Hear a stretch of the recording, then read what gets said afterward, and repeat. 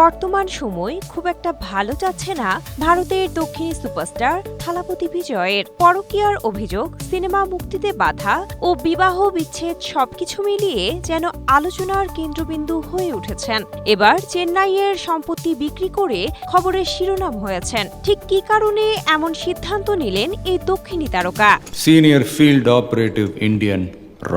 থালাপতি বিজয়ের মোট সম্পত্তির পরিমাণ আনুমানিক ৬০০ কোটি থেকে ৭০০ কোটি ভারতীয় রুপি। প্রায় ১ বছর ধরে গুঞ্জন শোনা যাচ্ছিল চেন্নাইয়ের সম্পত্তি বিক্রির পরিকল্পনা করছেন তিনি। অবশেষে চলতি মাসে ৩৫ কোটি রুপিতে বিক্রি করলেন সেই সম্পত্তি। এরপর থেকে নানা রকম কৌতূহল তৈরি হয়েছে দর্শক হৃদয়ে। অনেকেই মন্তব্য করছেন ২৭ বছরের দাম্পত্য জীবনের চলমান বিচ্ছেদ মামলার জেরেই এমন সিদ্ধান্ত নিয়েছেন বিজয়, বিচ্ছেদের পর স্ত্রীকে ভরণ পোষণ দেওয়ার জন্য। আবার কেউ কেউ বলছেন রাজনৈতিক দল পরিচালনার জন্য সম্পত্তি বিক্রি করেছেন এ তারকা।